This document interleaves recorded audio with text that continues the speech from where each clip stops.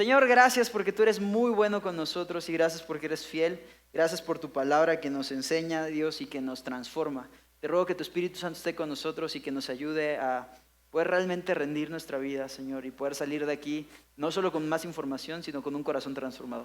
Te lo suplico en Cristo Jesús. Amén. Bien, entonces Génesis 38. Ahí está. Y como te decías, estoy muy contento de poder compartir con ustedes esto. Y aquí te va la historia. Hace 5 años tal vez. No, menos, tal vez 4. En escuela de ministerio hubo un semestre en el que el pastor Quique nos asignó a todos pasajes difíciles de la Biblia, ¿no? Por ahí estaba esta porción en Génesis y de hecho le tocó a Dani Ávila, donde las hijas de Lot engañan a Lot para acostarse con Lot y lo emborrachan, todo este tema. Por ahí el pastor Gadiel le tocó cuando la esposa de Levita y todo este tema que puedes ver en Jueces. Y a mí me tocó Génesis 38. Y la verdad es que es un pasaje que me encariñé mucho con él, me gustó mucho en ese momento. Y entonces tengo que confesarte que ya desde hace un par de meses yo veía que la iglesia estudiaba Génesis. Y para mí era como un deseo, anhelo, y como que fantaseaba así en lo lejos en mi corazón, como, ay Dios, ojalá que cuando fuera el capítulo 38 me tocara a mí predicarlo, Señor, así. Y un día te lo prometo, hasta oré así como, Señor, por favor, que a mí me toque, te lo prometo. Y acto seguido, ¿está el pastor Gadiel por ahí? Pero él iba a predicar hoy y conste, yo no metí las manos, se lesionó la espalda. Puede parecer como que tenía tantas ganas que lo provoqué, pero te lo prometo que no. Y en la semana recibí un mensaje del pastor Quique, me dijo, y yo le conté lo que te acabo de contar, y me dijo, bueno, pues Dios te oyó, vas el domingo, ¿no? Entonces la verdad estoy muy, muy contento de poder estar acá con ustedes hoy, de poder compartir esta porción. El capítulo 38 es un capítulo bien, bien particular de la Biblia, porque nos da detalles acerca de la vida de un hombre que históricamente conocemos, si tú eres cristiano de años, y se llama Judá. Si tú eres cristiano de años, probablemente cuando escuchas el nombre de Judá, piensas como en el león de la tribu de Judá, ¿no?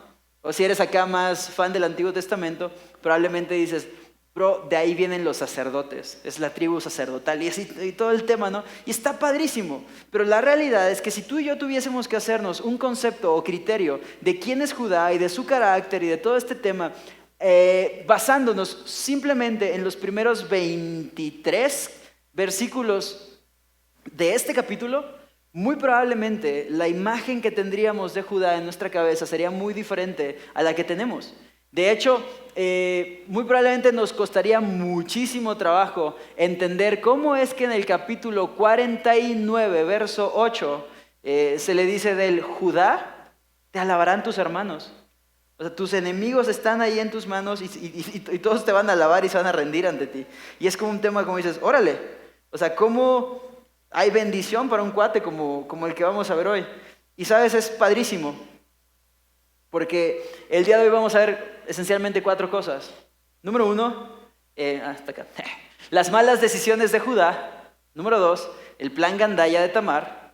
Número 3, la gracia y misericordia de Dios. Para cerrar en el 4 con aterrizaje y descarga. Y es bien padre porque vamos a ver en este relato de Judá y su familia, lo que te decía de Génesis, que como sucede todo el tiempo, Dios escribe una mejor historia, una mucho mejor historia, con la vida de hombres mediocres, como Judá, y también como nosotros, una historia mucho mejor de lo que nosotros podríamos escribir, pensar, imaginar o soñar. Aún cuando lo que vemos frente a nosotros nos pueda parecer como algo imposible, ¿sabes? Dios nos muestra en este capítulo su propósito perfecto, su misericordia y gracia a través de su obra en la vida de este hombre. Ahora, como te decía, Dios hace cosas perfectas, mucho mejores de lo que tú y yo podemos pensar o imaginar. Y ese es un tema particular porque, ¿sabes? Tengo que confesar que yo vengo un poco de esta como cultura cristiana hace años, de estas ondas como de tú sueña en grande, sueña y ganarás el mundo, sueña para Jesús, y Jesús quiere cumplir tus sueños y alcanza tus sueños. Y ¿sabes qué? Suena muy padre, Suena muy cómodo, la neta es que suena cómodo, así como, pues obtener lo que yo quiero, como lo quiero, o sea, mis sueños. Pero, ¿sabes? Cuando entiendes que la Biblia enseña que los planes y propósitos de Dios son mucho mejor que lo que tú puedes pensar o siquiera imaginar, cuando Isaías se hace real y entiendes que sus pensamientos son más altos que tus pensamientos y sus caminos más altos que tus caminos, entonces, ¿sabes qué? La neta, hasta por lógica natural, dices, claro, prefiero seguir sus propósitos y no mis sueños. Y en la Biblia vamos a ver eso en la vida de Judá. Cómo Dios tiene un plan y un propósito perfecto para cada cosa que ocurre en nuestras vidas. Así que, vamos allá. 38:1. Aconteció en aquel tiempo que Judá se apartó de sus hermanos y fue a un varón adulamita que se llamaba Ira. Ahora, Ira, chécate esto. La semana pasada vimos con José que a pesar de que José rogaba y rogaba, sus hermanos lo vendieron como esclavo. Y José fue apartado de su familia en contra de su voluntad. Fue vendido literal. Pero Judá se aparta de manera voluntaria. Él solito agarra y dice, ¿sabes qué? Me voy a ir de aquí, toma camino.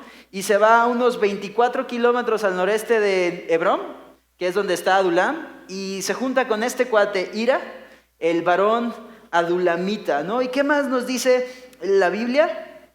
Que, contrario a las instrucciones que Isaac le dio a Jacob, su padre, en el 28:1, Judá toma una mujer cananea para sí.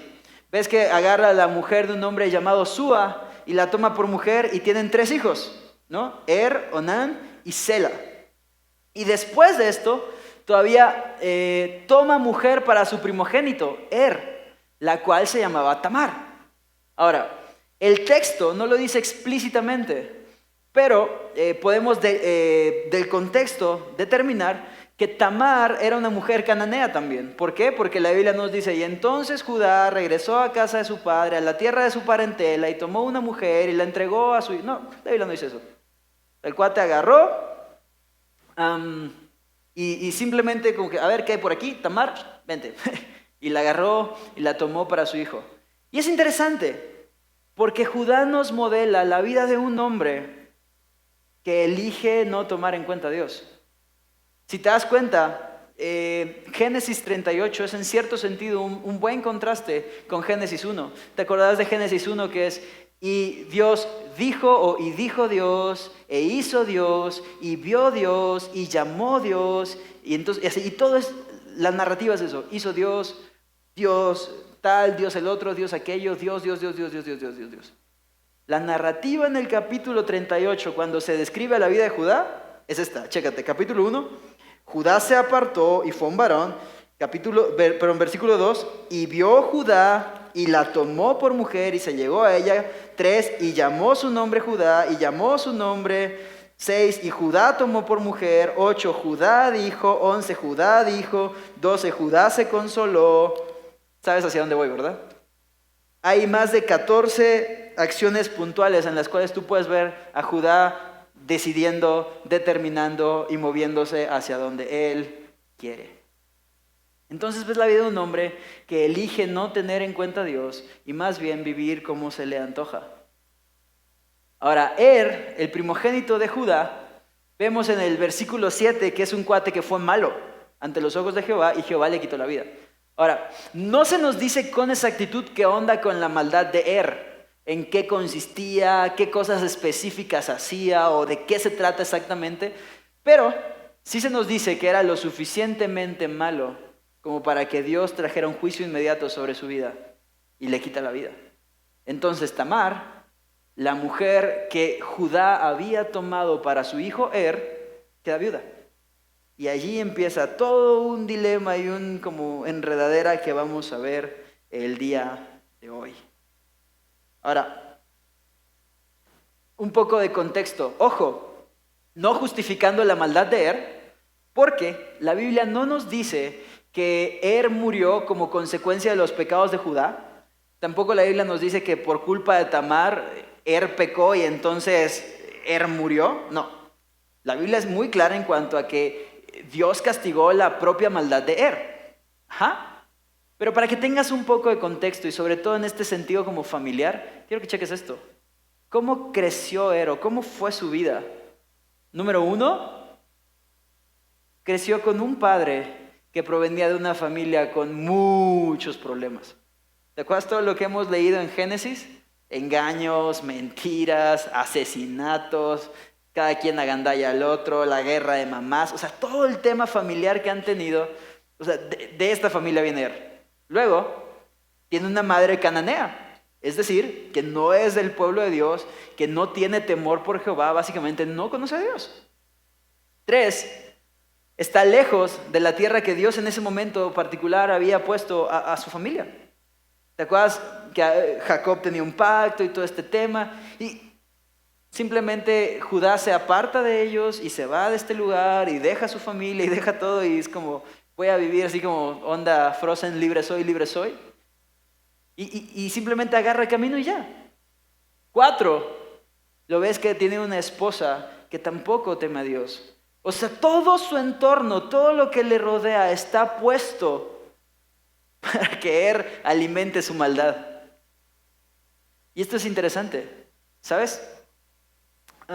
Repito, no es que la culpa haya sido de Jacob, o no es que él sea inocente por, ay, pobrecito, la situación que tuvo, pero ciertamente influye.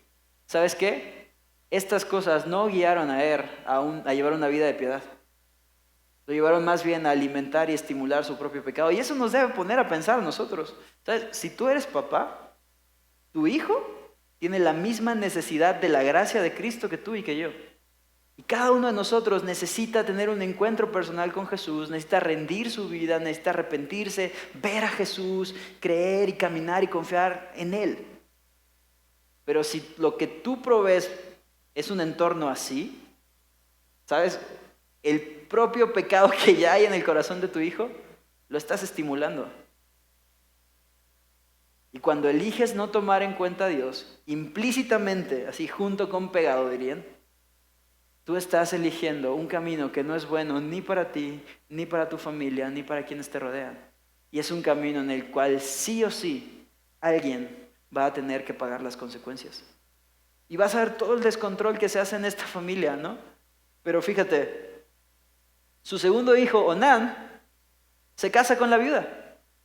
Chécate el verso 8. Entonces Judá dijo a Onán, llégate a la mujer de tu hermano y despósate con ella.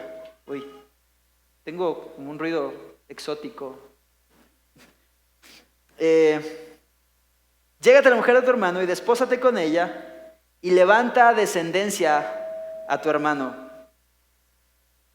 En aquel tiempo había una costumbre que después, en Deuteronomio 25, Moisés sumaría a la ley, pero en este momento era como una tradición en la cual si un hombre moría y no tenía familia, su viuda se casaba con el hermano del difunto, de modo tal que tuviera familia. Porque había dos cuestiones importantes. Número uno, para los judíos era súper importante este tema como de preservar el nombre y la familia, el linaje, el legado, todo este tema.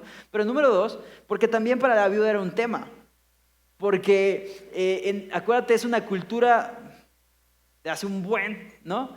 Donde la mujer no era tenida en cuenta, es una cultura patriarcal y ser como viuda era todo un asunto porque no tenías como un hombre que te defienda, no tenías una provisión, no, o sea, como quien te cuidara, o sea, como todas estas cosas. Realmente era un lío quedar viuda. Y, o sea, como fue en el caso de Tamar, igual y podían como acudir a la casa de sus papás, pero ¿estás de acuerdo conmigo en que por probabilidad y estadística, pues el papá en algún momento no va a estar y la mujer quedaba sola, ¿no? Entonces, cuando tenían hijos, pues estos hijos como que veían por las mamás y todo este tema y veían por las viudas. Pero cuando no tenían hijos, como el caso de Tamar, estaban desprotegidas. Entonces, parte de esta como costumbre era que la mujer pueda tener un hijo que viera por ella más adelante. Entonces, Judá, vemos en el verso 8, que agarra a Onán, su hijo, y le dice, ¿sabes qué? Llégate a la mujer de tu hermano y despósate con ella y levanta descendencia. Ahora, ¿cuál es el tema con Onán? El segundo hijo de Judá, Onán, se casó con la viuda de acuerdo a la antigua costumbre para conservar como que todo este tema del linaje y demás, pero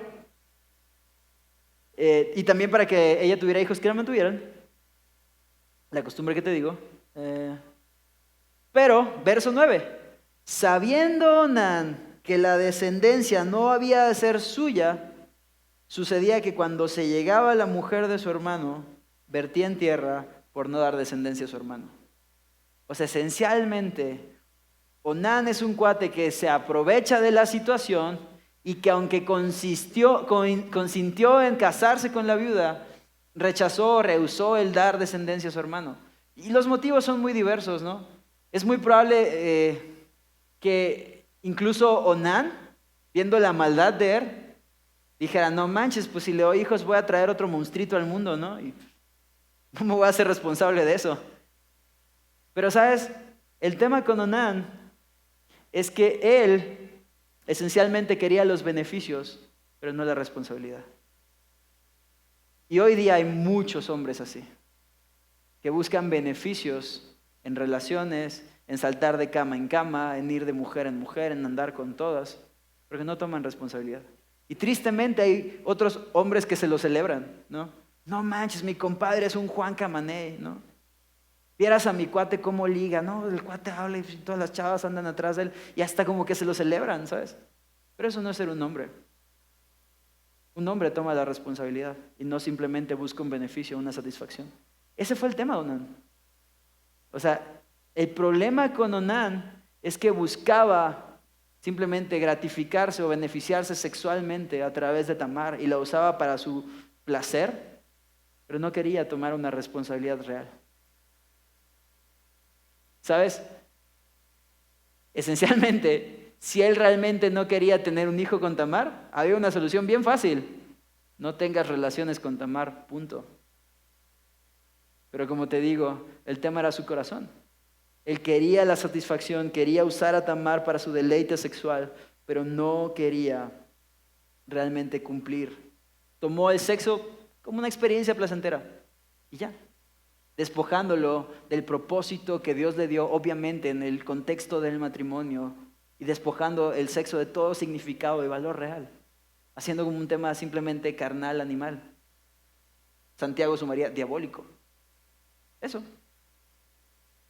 Y quiero hacer dos aclaraciones aquí. Número uno, porque neta hay gente que se clava. Si tú tienes relaciones con tu esposa, aclaro, con tu esposa, y no es esencialmente para buscar hijos, no estás pecando, ¿sabes? El tema con Onán no es que no tuviera hijos. El tema con Onán era lo que había en su corazón. Era el buscar satisfacción y buscar deleite y buscar simplemente saciarse. Era un tema totalmente egoísta, es un tema bien particular, ¿no? Él está tomando ventaja de la situación. Entonces es un tema de corazón más allá de un tema físico. Y número dos, muchos usan esta porción para hablar acerca de masturbación. Y tengo que decir esto porque esencialmente no es el caso de Onán, o sea, no particularmente eso, porque no era como que Onán no usaba a Tamar, o sea, sí consumaban el acto, ¿sabes? Y usaba a Tamar para su deleite y su satisfacción y todo este tema. Y aclarar también esto, que el hecho de que no fuera el caso particular de Onán no significa que la Biblia no habla del tema o que es como simplemente, pues está chido y pues no pasa nada, la Biblia está bien con el tema de masturbación.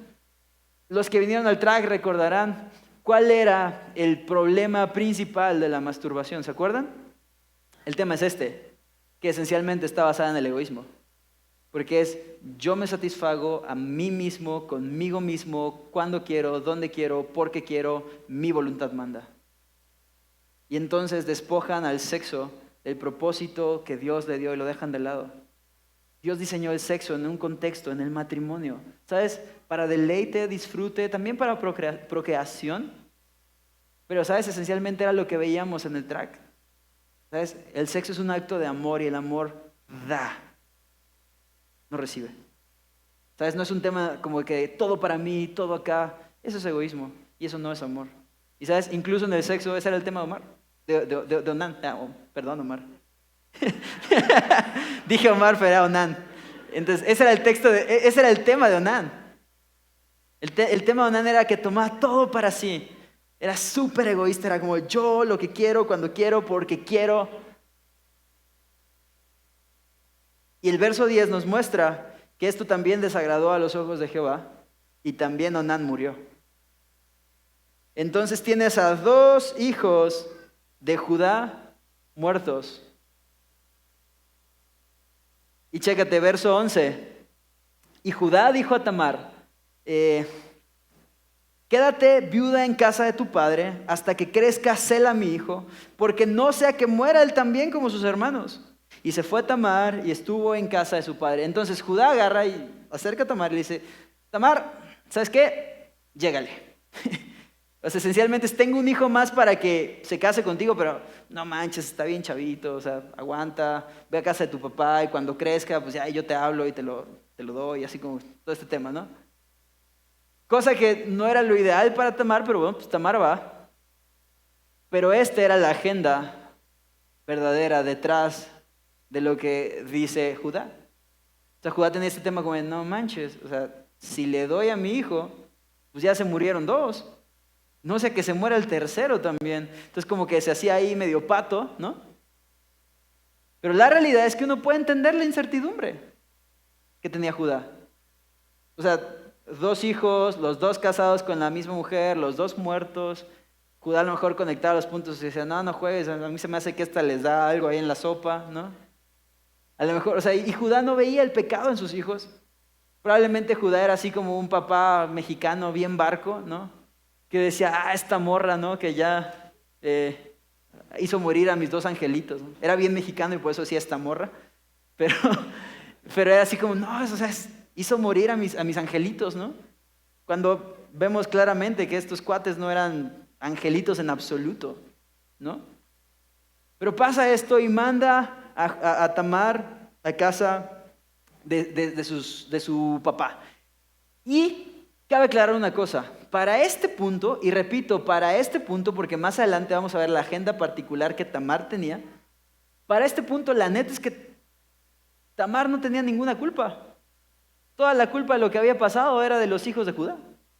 El verso 7 nos dice que murió por su propia maldad y el verso 10 nos dice que Onán murió porque a Jehová le desagradó esta práctica que tenía de evitar la responsabilidad de satisfacerse simplemente sexualmente con Tamar y todo este tema. A Jehová le desagrada eso y también Onán muere. Pero hasta aquí esencialmente nada de eso es culpa de Tamar. Y esto es bien interesante porque esencialmente ellos venían de la familia del pacto. Eran hijos de Jacob, que era hijo de Isaac, que era hijo de Abraham. ¿Te suena?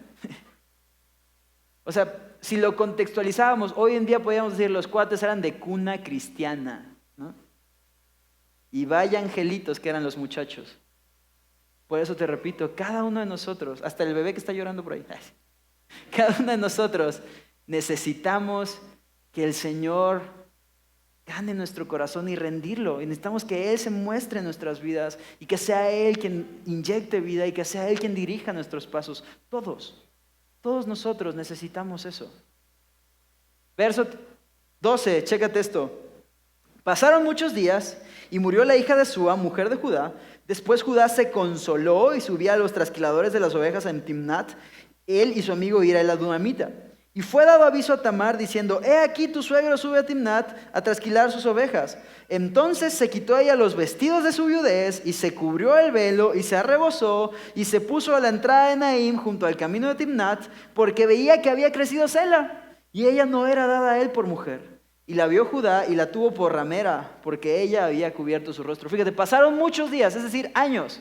¿Qué tanto tiempo? Lo suficiente para que este chavito Sela creciera y estuviese como en edad de ser esposo de Tamar. Ahora, como te dije, Judá se estaba ahí medio haciendo pato, pero mientras eso pasa, tú puedes ver que Judá queda viudo. El verso 12 nos dice que se muere la hija de Súa, que era mujer de Judá, y él queda viudo, ¿no?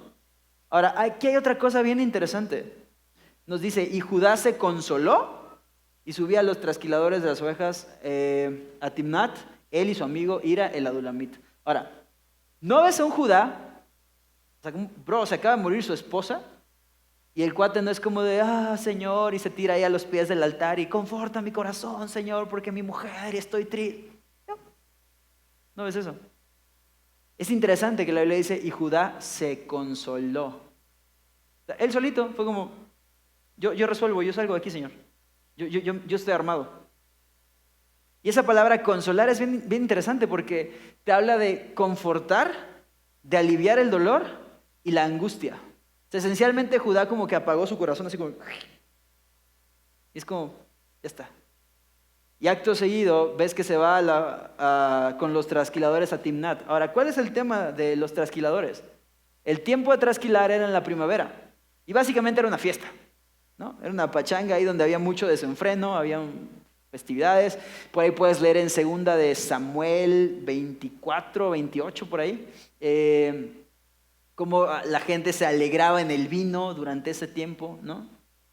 Entonces, imagínate ahí a Judá y medio cuete. Y había prostitutas paganas en ese tiempo. Y aclaro eso, o sea, paganas. O sea, no era una prostituta común. Eran de las que estaban en los templos de Baal y tenían que ver con los ritos de fertilidad y todo este tema. Y Tamar se disfraza de una de ellas. Ahora, lo que es interesante es que veas, o sea, cómo había pasado el tiempo, Sela había crecido, ella veía que no era dada a Sela por mujer, y entonces ella dice, ¿sabes qué? Como que Judá no está aplicándose, se está haciendo pato, ¿no? Entonces ella agarra y dice, tengo que tomar esto por mis manos. Y entonces ella arma su propio plan para lograr lo que ella quería. Y va y se quita la ropa de viuda y se disfraza de prostituta y se pone un velo y se pone junto al camino. Ahora es interesante, digo, a Judá les dado aviso de este tema, se va a las fiestas, no fue entregada, se disfrazó, lo que te dije, ramera, un tema de la fertilidad. Y vemos a Judá loco, desenfrenado y entregado, enfiestado con todo. Porque no hay un tema como de busca a Dios, no hay un tema como que se acuerda de lo que aprendió de chavito en su casa, no hay un tema como lo que vamos a ver con José más adelante de como esta onda de no, ¿cómo voy a pecar contra Potifar y contra mi Dios? ¿Cómo voy a pecar yo contra...? No, prostitutas paganas. Ese es el aliviane de Judá, ¿no? Ahora, lo que quiero que veas es el verso 16. Verso 16 en adelante. Y se apartó del camino hacia ella, Judá, y le dijo, déjame ahora llegarme a ti, pues no sabía que era su nuera. Y ella dijo, ¿qué me darás por llegarte a mí?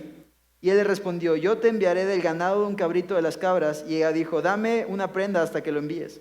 Entonces Judá dijo, ¿qué prenda te daré? Y ella respondió, tu sello, tu cordón y tu báculo que tienes en tu mano. Y él se los dio, y se llegó a ella, y ella concibió de él. Luego se levantó y se fue, y se quitó el velo de sobre sí, y se vistió las ropas de su viudez. Aquí quiero que veas esto. Si bien Tamar se puso viva y se disfrazó, chécate quién inicia la conversación. El verso 16 nos dice que Judá se apartó del camino hacia ella y le habló y le dijo, déjame llegarme a ti. Ahora quiero que pienses en esto. Para este punto, el camino del que Judá se apartó es mucho más que una simple carretera. Su corazón está lejos de su Dios. Mi amigo, ese es el tema con el pecado. Cuando tú y yo pecamos, no es como que, ay, pues iba a Horizonte y me alejé de Tlacote. No te desvías de esa carretera. El problema cuando tú y yo pecamos es que nuestro corazón se desvía del Señor.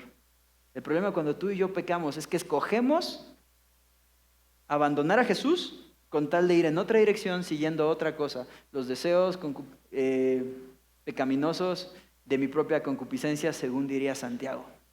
Mis propios malos deseos. Y ese es el tema con Judá. Judá está enfiestado, anda en este tema como desgobernado, ¿no? La ve, la toma por prostituta y se acerca a ella. Y es bien interesante cómo tiene esta como tipo conversación en la que es como, déjame llegarme a ti. Ajá, ¿qué me vas a dar? Un cabrito. Ok, bueno, pero ¿qué me vas a dar de garantía de que me vas a dar el cabrito? No, ¿qué quieres? Tu sello y tu báculo. Órale, ahí está. Y me llama mucho la atención dos cosas de esto. Con engaños, Tamar sedujo a su suegro para que se acostara con ella, básicamente, para tener una unión pecaminosa.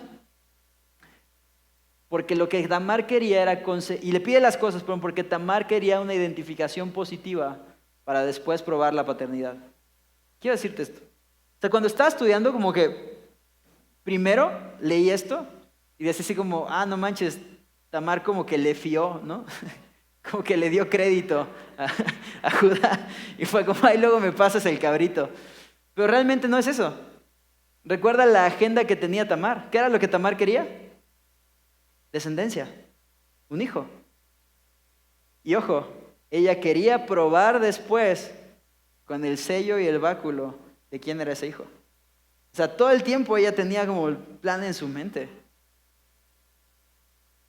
Te digo, su plan no era como nada más ahí tener relaciones de onda con Judá, ella quería descendencia. Y el verso 18 está bien loco. Porque Tamar queda embarazada, ¿sabes? Y seguramente eso no estaba en los planes de Judá, pero sí estaba en los planes de Tamar y sobre todo en los planes de Dios. Y eso nos deja ver una cosa, mi amigo. ¿Sabes? Por un lado tienes a Judá desgobernado, viviendo como él quiere, haciendo lo que quiere. Por otro lado tienes a Tamar conspirando y armando su propio plan. Pero ¿sabes qué? A veces perdemos de vista el hecho de que detrás de nuestra agenda hay una agenda superior, mucho más importante, mucho más gloriosa y que sí o sí se va a cumplir. Y es la agenda de Dios. Y Dios permite que Tamar quede embarazada de este encuentro. Y hay dos cosas más que me llaman la atención. Bueno, una en esta porción. Después de eso, Tamar regresa a su ropa de viudez. Es como bien decente, ¿no? Se quita el velo de prostituta, se pone su trajecito de viuda. Aquí no pasó nada. Y se va. Y es como, no manches, neta. Verso 20. Y Judá envió el cabrito de las cabras por medio de su amigo el adulamita, para que éste recibiese la prenda de la mujer, pero no la halló. Y preguntó a los hombres de aquel lugar diciendo, ¿dónde está la ramera de Naim junto al camino? Y ellos le dijeron, no ha estado aquí ramera alguna. Entonces él se volvió a Judá y dijo, no la he hallado. Y también los hombres del lugar dijeron, aquí no ha estado ramera.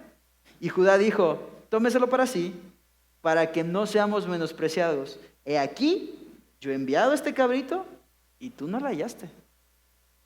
O sea, esencialmente el Judá es como bien decente, ¿no? Nos salió súper honrado. No acepta el cabrito de regreso porque, pues no. Que quede claro que yo pagué como todo un caballero, ¿no? O sea, ella me pidió un cabrito y yo como buen machín que soy, así bien caballeroso, le mandé el cabrito. ¿No la encontraste? Pues ni modo. Neta. Es en serio, Judá. Señoras y señores, este es el patriarca, Judá. Verso 24. Sucedió al cabo de unos 3 meses, fue dado aviso a Judá, diciendo, Tamar tu nuera ha fornicado, y ciertamente está encinta a causa de las fornicaciones. Y Judá dijo, sacadla y sea quemada. Chécate lo naco y corriente que es Judá. O sea, le avisan, oye, tu nuera quedó embarazada porque fornicó con un... Y el vato, ¡quémenla! Ahí sí se acordó de toda la ley que había escuchado de chiquito, se acordó de que la santidad y que el Señor y que su papá le dijo que... Ahí sí se acordó de todo. Y que las buenas costumbres y la familia decente, neta. Que esencialmente es lo que Romanos capítulo 2, verso 1 enseña. Por lo cual, eres inexcusable, oh hombre.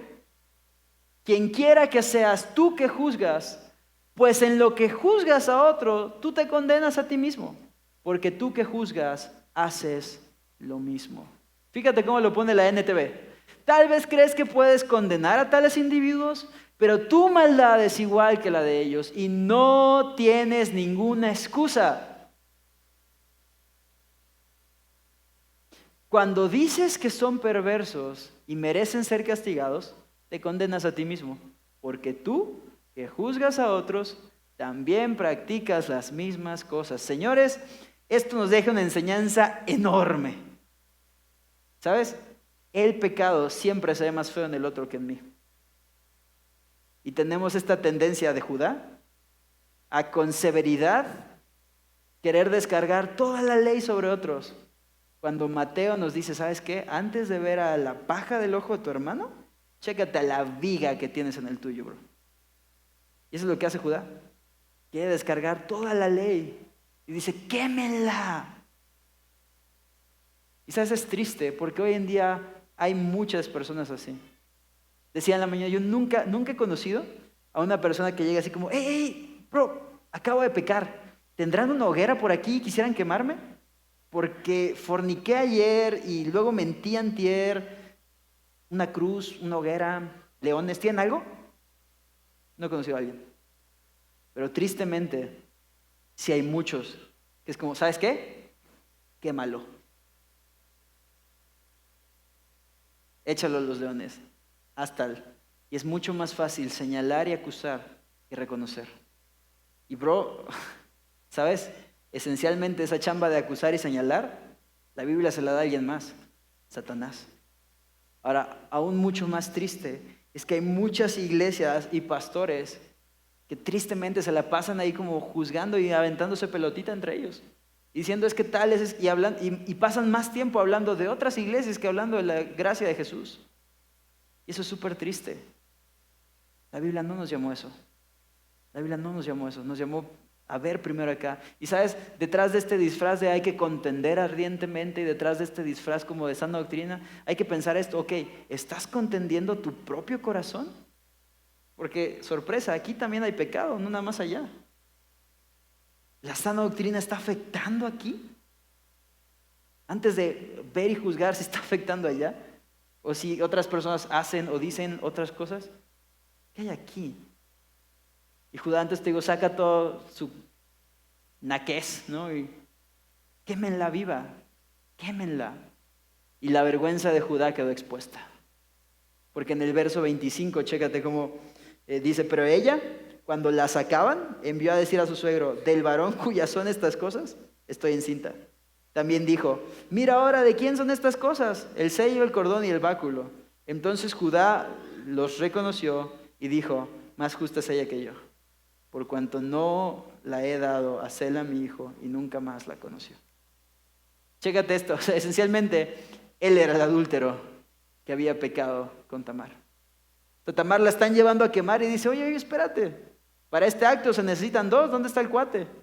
¿Dónde está? ¿De quién son estas cosas? Y la conversación es esta, ¡quémenla! Bro, el bebé es tuyo. Entonces tienes a Judá, aborta misión.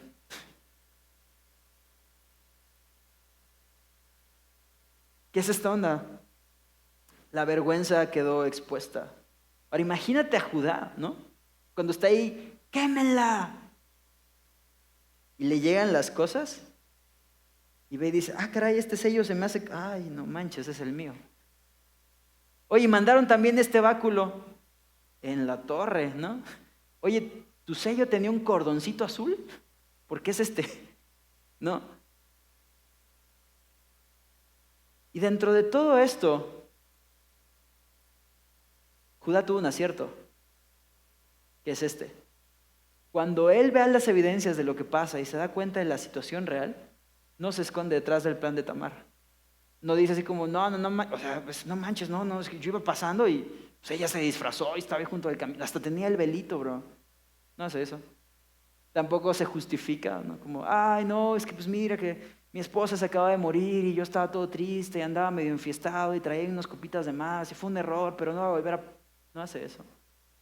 No pone excusas, no se justifica, no se esconde detrás del error de Tamar. Él acepta su responsabilidad. Por fin alguien acepta responsabilidad en este capítulo. Y entonces él dice, ¿sabes qué? Más justa es ella que yo. El plan de Tamar incluía engaños, incluía seducción, y sin embargo, a pesar de eso, Judá podía ver la verdadera cuestión y reconoce su culpa. Y dice, más justa es ella que yo, porque yo no le di el marido que le prometí. Vale, a mi hijo. Y nunca más la conoció. Pero ¿sabes qué? Piensa en esto. Tamar estaba siendo llevada a ser quemada. Y de repente se descubre que el otro adúltero es Judá. La neta es que en ese momento los dos tendrían que haber sido o apedreados o quemados o algo. Porque ¿qué no era lo que se estaba haciendo? ¿Juzgar un pecado? Y no lo son. No son juzgados en ese momento. No son condenados. ¿Y sabes cómo se llama eso? Misericordia. No recibieron lo que merecían. ¿Sabes qué? La neta. Y lo piensas a fondo. Tú y yo también hemos recibido misericordia. También había un día en el que tú y yo merecíamos algo así. Y tú y yo seguimos aquí por la misericordia y la gracia de Dios. Quizás tú me puedes decir, Marcelino, no, pero es que tú no sabes. Yo ya soy bien cristiano. Ya tengo tantos meses viniendo a Horizonte, ya tomé primeros pasos, nueva vida, que es el Evangelio, Dios escribió un libro, track 1, track 2, track 3. Es más, Luis Méndez me pidió que yo diera el track el próximo año. Y está padrísimo, bro. Está padrísimo. Pero ¿qué hacemos con lo que hiciste antes de ese punto? ¿Qué hacemos con tus pecados antes de que rindieras tu vida a Cristo? ¿Por tus obras? Tú no tienes un borradorcito para decir como, pues ya, borrón y cuenta nueva, ¿no? Y esa es la gloria del Evangelio. La gloria del Evangelio es que Dios sí tenía con qué borrar nuestros pecados. Cristo. Y entonces Jesús irrumpió tiempo y espacio y habitó entre los hombres. Y Juan dice, y vimos su gloria, gloria como el unigénito del Padre. Y vivió en este mundo con frío, con sed, con hambre, como tú y como yo. Con las mismas pruebas y tentaciones alrededor, con gente que le falló, con gente que le traicionó, con gente que hablaba mal de él, con gente que mentía, con gente poniéndole trampas constantes. Pero ¿sabes qué? Él no mordió el anzuelo del pecado. Él vivió una vida justa, recta y perfecta, como tú y yo no podíamos, para salvarnos. Y entonces sí, a través de la obra perfecta de Cristo, Dios limpió nuestros pecados y Dios borró. Entonces sí, podemos descansar en el sacrificio de Cristo y recordar sus palabras, y como Dios dice que Él no se acuerda más de nuestros pecados por amor de su nombre, porque Cristo fue el precio de nuestro pecado. Y entonces sí, tú y yo podemos tener vida y esperanza. Y este texto está diseñado para eso. Proverbios, Génesis 38 nos deja ver eso. Proverbios también. que Dios, en su infinita gracia y misericordia, a través de Cristo, puede hacer de mediocridades como Judá o como tú y como yo, cosas gloriosas. Fíjate. El verso 27 en adelante es lo que le da sentido a todo este relato. Vamos a leerlo. Y aconteció que al tiempo de dar a luz, he aquí había gemelos en su seno. Sucedió cuando daba a luz que sacó la mano uno, y la partera tomó y ató a su mano un hilo de grana, diciendo, este salió primero. Pero volviendo él a meter la mano, he aquí salió su hermano. Y ella dijo, ¿qué brecha te has abierto? Y llamó su nombre Fares. Después salió su hermano, el que tenía en su mano el hilo de grana, y llamó su nombre Sara. Ahora, quiero que veas esto. Ahora, imagínate la escena. Me encantan estas porciones porque nos dejan ver detalles que Dios permite, que le dan todo el sentido al relato bíblico y todo el sentido a más cosas en nuestra vida. O sea, Tamar está embarazada, tiene gemelos, están allá a medio parto y de repente ¡pum!, sale una manita, ¿no? Ahora, ¿qué tan probable es que agarre la partera y dice, pásame el hilo, y le amarran un cordoncito rojo para distinguirlo? ¿Quién hace eso, bro? O sea, no sé si a ti te lo hicieron. Yo no recuerdo que me hayan puesto un cordoncito. Ay, sí. Pero ¿sabes? O sea, me encanta porque Dios permite eso para que no haya dudas ni confusión. Porque, o sea, imagínate ahí al Judá con su cámara, ¿no? Grabando el parto y ve la manita ¡pum!, y dice, ¡ay, es Sara, mi hijo mayor! Y ¡pum!, mete la manita. Y en eso, tómala, se sale Fares, ¿no? Y es como, ¡wow, qué brecha! Y ¿sabes? Si no fuera por este detalle del hilito, tú podrías argumentar y decir, no, era el mismo bebé, nada más que se confundieron. Y fíjate cómo es Dios tan glorioso, tan perfecto, tan preciso en los detalles, que permite este detalle que sale la manito, la marcan, mete la manita y sale el otro bebé. ¿Te das cuenta? Ahora imagínate esto. Recuerda quién es Judá. Es el hijo de Jacob. ¿Recuerdas el tema de Jacob con Esaú? Cómo le agarra del calcañar y cómo está esta profecía de que el mayor iba a servir al menor. Ahora imagínate qué cosas pudo haber pensado Judá mientras esto pasaba. Mientras veía el parto de su propio hijo y mientras esta profecía que había sido relativa a Jacob como continuaba en su propia línea familiar. Y entonces el acordarse como, órale, realmente esto es cierto. Y esta premisa de que el mayor sirva al menor, la vimos con José y José nos contó su sueño de cómo sus hermanos nos íbamos a rendir ante él y cómo intentamos evitar eso vendiendo a José. Decir, no juegues con mi propia familia, ¿no? ¿Cuántas veces yo intenté quedarme a Sela para mí y no dárselo a Tamar? Y a pesar de eso, Tamar tuvo descendencia.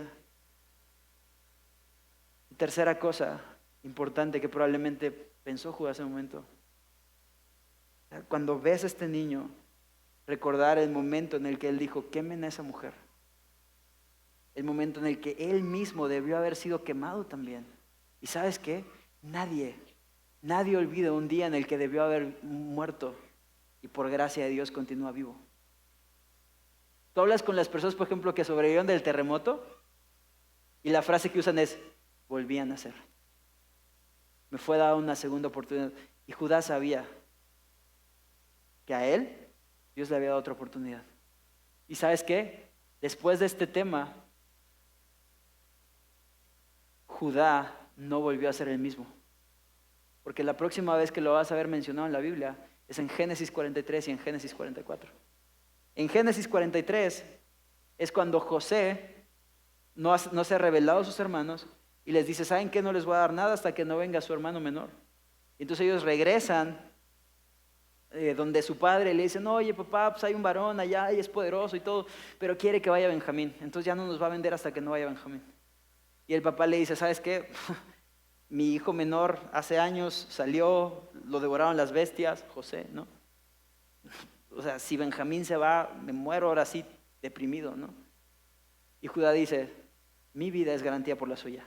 Si algo le pasa, que caiga sobre mí. Y en el verso 44, perdón, en el capítulo 44, ves a Judá parado delante del segundo hombre más importante, del imperio más fuerte de su época, diciéndole, Señor, no te quedes con la vida de mi hermano, después de que pasa el tema de la copa y todo lo que vamos a ver en el capítulo. Toma mi vida en garantía por la suya. El cuate que había sido cobarde, el cuate que había sido egoísta, el cuate que decidía por sí solo, que sus hijos eran un desastre, que tuvo este tema con su nuera, ¿no? Por decidir a su manera.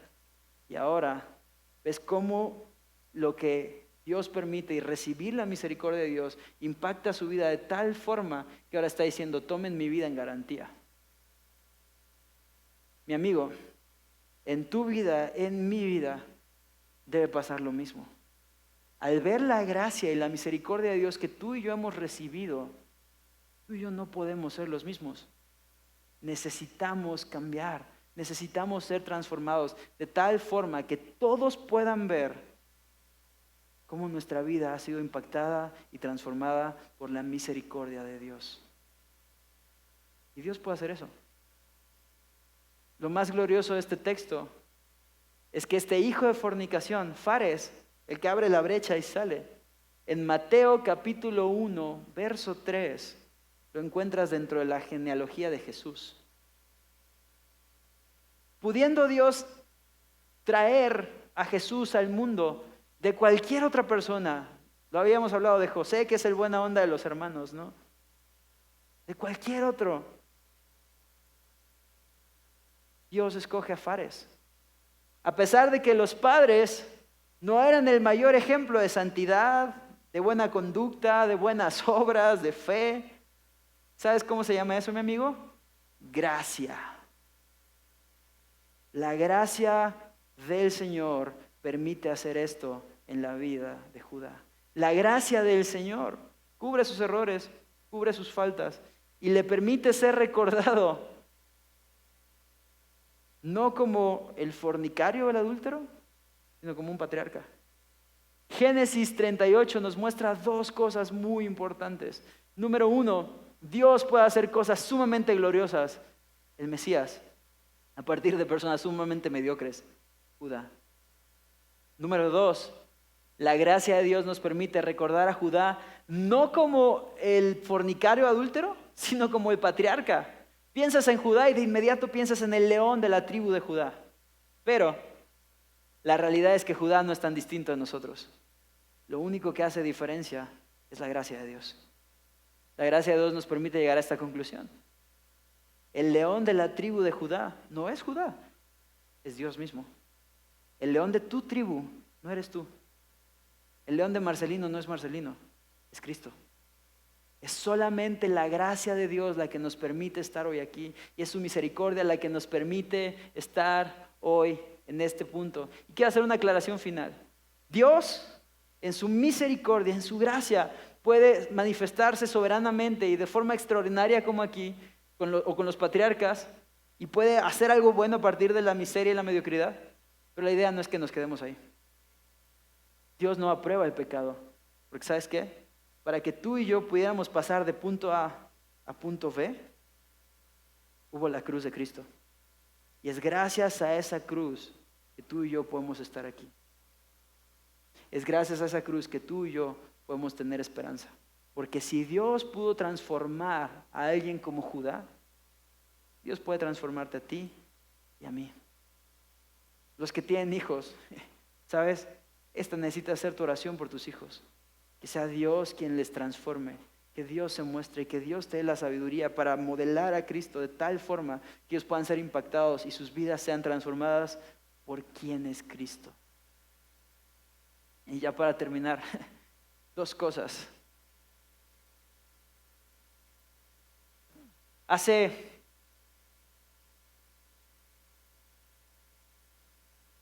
6 años tal vez, yo estaba en una escuela de música y con temas ministeriales así, y yo juraba que estaba así súper listo, ¿no? Y yo decía así como, ya mándenme a África, tengo pasión por las naciones y está el fuego de Dios en mí, ¿no? Pero la realidad es que gran parte de mi vida todavía era, y Marcelino dijo, y Marcelino piensa, y Marcelino hizo, y Marcelino vio, y Marcelino fue, y Marcelino tal. Y Dios por su gracia y por su misericordia permite una serie de cosas para que yo llegue a esta iglesia y comience a realmente ver el evangelio, a crecer, a cambiar, a ver quién es verdaderamente Cristo, y a la luz de quién es Cristo, quién soy yo, y ver que Dios no esperaba como mis obras, mi tiempo, mi juventud entregada y apasionada. Dios quería mi corazón. Y las demás cosas venían ahí, pero lo importante era mi corazón. Dios quería realmente transformarme. Y en ese momento la neta es que yo decía, ¿transformarme de qué? Si yo soy bien chido, ¿no?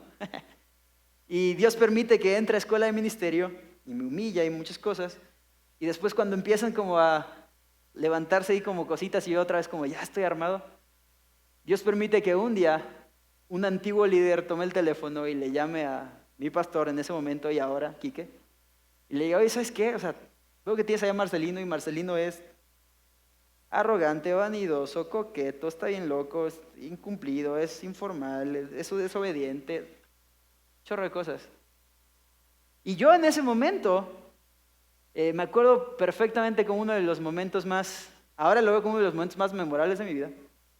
El día en que cuando todavía la oficina aquí que estaba de aquel lado arriba, un día así en clase de escuela de ministerio me llamó y subí y me dijo, ok, tuve una llamada y de ti me dijeron esto y esto y esto y esto y esto y esto y esto y esto. Y en ese momento yo esperaba que mi pastor dijera, no es cierto, él no es así. Y no fue lo que pasó.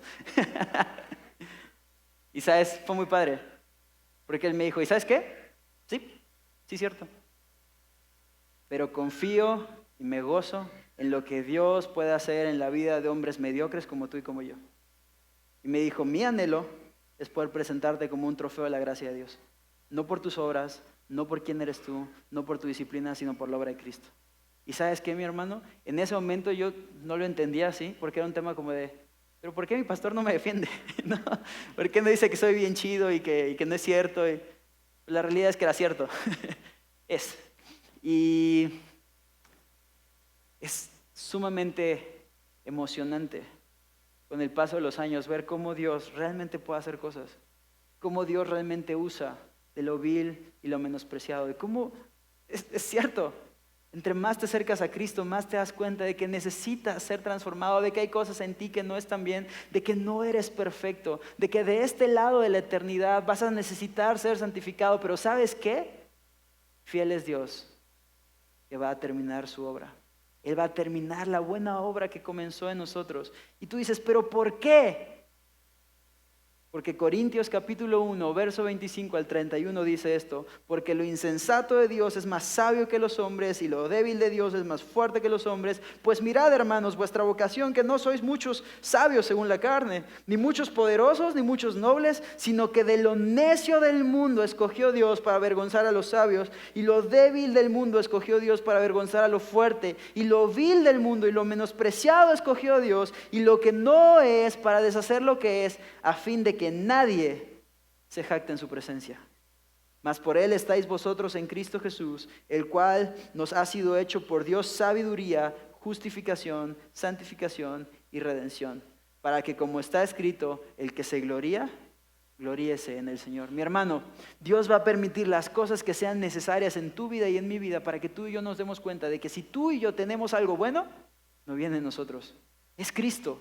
Y que si tú y yo podemos ser como Judá, Cristo es nuestra esperanza, de que Él puede transformarnos, Él puede cambiarnos, Él puede hacernos decirle no al pecado, Él puede ayudarnos a vivir la vida que Él es digno, y que entonces le demos toda la gloria que Él es digno de recibir y podamos realmente vivir vidas que comuniquen que Cristo es mejor, porque ¿sabes qué? Cristo es mejor. Y Dios va a hacer todo lo posible y todo lo necesario en tu vida para demostrártelo. Cristo es mejor. Aterrizaje y descarga. Número 1, ¿qué cosas o áreas en tu vida no estás consultando a Dios? Y estás como Judá al principio. Judá dijo, Judá vio, Judá hizo, Judá se apartó, Judá fue, Judá tacatá. 2, ¿qué cosas o áreas en tu vida has intentado modificar o impedir de la voluntad de Dios? Como Judá vendiendo a José para no tener que inclinarse delante de él, o negándole el hijo a Tamar, ¿no? Y todo este tema. 3, ¿qué cosas o en qué áreas has sido redimido por la gracia de Dios? Y entonces puedes, tal como Judá en el capítulo 43 y 44, mostrar un fruto diferente. Y esas cosas son evidentes para los demás. La gente que te rodea puede ver eso. ¿Sabes? Si no es así, tú tienes una esperanza en Cristo. Cristo puede transformarte. Y si sí es así y tu vida es diferente, no tienes nada en qué jactarte. Si vas a gloriarte en algo, glóriate en Cristo. ¿Oramos? Señor, gracias porque tú eres bueno con nosotros. Gracias porque tú eres fiel. Gracias por tu misericordia, por tu amor. Gracias porque tú no te cansas de hacernos el bien, Señor, a pesar de quiénes somos. Y Dios, ayúdanos a ser fieles, Señor, a confiar en ti, a entregar y rendir nuestra vida sinceramente, y a que tú puedas ser el Rey real en nuestras vidas. Permítenos quitarnos del trono y ponerte a ti en el lugar correcto, Señor. Toma el control. Te rendimos nuestra vida, Señor. Y mi Dios, transfórmanos para que más y más personas puedan ver que tú eres mejor que la vida misma. En Cristo Jesús. Amén. Y ya sabes qué hacer. Ahí donde estás. Si tú has sido un Judá, Dios puede levantar a un león poderoso en tu vida. Arregla el tema con Dios y deja que Dios sea Dios. Y cuando estés listo, ponte de pie y démosle gloria porque Él es digno.